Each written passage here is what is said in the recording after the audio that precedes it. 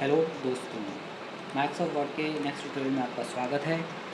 पिछली बार जैसे कि मैं आपके पेज साइज़ के बारे में बता रहा था, तो अभी देखिए A4 साइज़ का पेपर मैंने लगाया हुआ है। ठीक है, अब इस पेपर को मैं लीगल पेपर में कन्वर्ट कर लेता हूँ। तो क्या होगा देखिए, अभी मेरा मैटर जो है वो दूसरे पेज पे जा रहा है, मैं इसे लीगल कर लेता हूँ। तो क्या हुआ, वो एक ही पेपर में कन्वर्ट हो गया मेरा पूरा का पूरा डॉक्यूमेंट। क्यों हो गया? क्योंकि लीगल पेपर की जो लंबाई है, जो लेंथ है, हाइट है, वो ज़्यादा है किससे? A4 साइज़ के पेपर से। ठीक है, तो आपको यहाँ पे दिख रहा होगा इनकी डायमेंशंस। तो लीगल पेपर लंबा रहता है, इसलिए एक ही पेपर में कन्वर्ट हो गया हमारा मैटर। आइए अब हम करते हैं ओरिएंटेशन। ओरिएंटेशन क्या होता है? जैसे हम जो अपनी नोटबुक में काम करते हैं वो हम पोर्ट्रेट काम करते हैं। अभी जो हमारा पेपर है वो सीधा खड़ा है, तो इसे हम बोलेंगे पोर्ट्रेट। जैसा कि आप देख रहे हैं मेरा कर्सर ब्लिंक कर रहा है, मेरा जो पॉइंटर है वो बता रहा है ये पोर्ट्रेट पेज होता है। जब हम नोटबुक को टेढ़ा कर देते हैं, कई बार प्रैक्टिकल नोटबुक को टेढ़ा कर देते हैं, तो उस पेज को हम बोलते हैं लैंडस्केप। ठीक है, तो ओरिएंटेशन आपको समझ में आ गया। आप दो तरीके से पेज पे काम कर सकते हो, पोर्ट्रेट और लैंडस्केप। ठीक है, तो कमेंट में मुझे ज़रूर बताइएगा कि आपका पोर्ट्रेट करने पे मैटर ज़्यादा आ रहा है या लैंडस्केप करने पे मैटर आ रहा है। तो इससे मुझे भी पता लगेगा कि आप कितना सीख रहे हैं, कि आपका मैटर पोर्ट्रेट पेज पे ज़्यादा आया या लैंडस्केप पेज पे आया। और तीसरा ऑप्शन है कि दोनों में सेम आया। ठीक है, कमेंट में ज़रूर बताइएगा A, B या C। मार्जिन पे हम काम करते हैं। मार्जिन क्या होता है? देखिए, जब हम इस पेज का प्रिंट आउट निकालेंगे, प्रिंट निकालते हैं, तो आइए ज़रा प्रिंट निकालते हैं। प्रिंट की शॉर्टकट की होती है Ctrl+P।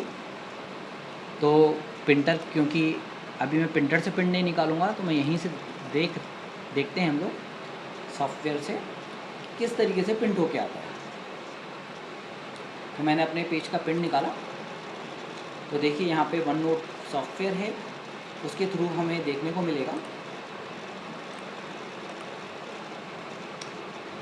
देखिए, अब टॉप ऊपर से 1 इंच का गैप आ रहा है, साइड से 1 इंच का गैप आ रहा है, राइट से 1 इंच का गैप आ रहा है, और पेज के नीचे से पेज काफ़ी बड़ा था तो गैप ज़्यादा आ रहा था। ठीक है, क्योंकि हमने लीगल पेज को सेलेक्ट कर लिया था। हम A4 साइज़ के पेपर को ले लेते हैं। अब देखिए, हर तरफ से आपको 1-1 इंच का गैप मिल रहा है। ठीक है, तो दोस्तों अब देखिए मुझे क्या करना है। कई बार ऐसा होता है कि मेरी कंपनी का नाम, लोगो ऊपर आता है, यहाँ पे टॉप में आता है। जैसे हम करके देख लेते हैं।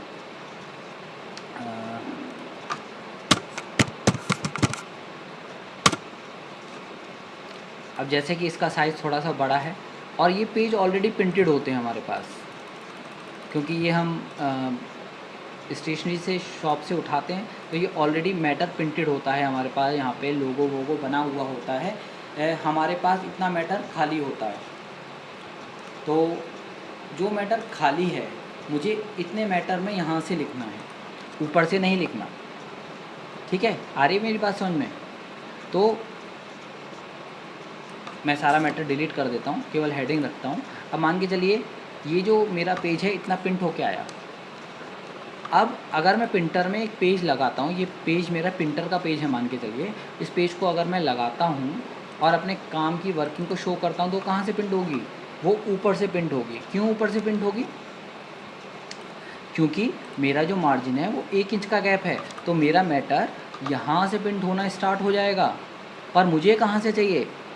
मेरे पेज पे ऑलरेडी यहाँ से टाइप है, तो मुझे ये मेजरिंग टेप से या स्केल से मुझे मेज़र करना पड़ेगा कि ऊपर से कितनी स्पेस मुझे छोड़नी है। आ रही बात समझ में? ऊपर से कितने स्पेस का मुझे स्केल छोड़ना है। तो जैसे मान के चलिए मुझे ऊपर से कितनी सेटिंग करनी है, तो कस्टम मार्जिन में जाके मैं कर सकता हूँ। जैसे ऊपर से मुझे 3 इंच का गैप चाहिए, तो देखिए पेज नीचे खिसकता जा रहा है। लेफ़्ट से मुझे कितना इंच का गैप चाहिए? लेफ़्ट से जैसे मुझे 2 इंच का गैप चाहिए, तो मैं 2 इंच का गैप ले सकता हूँ।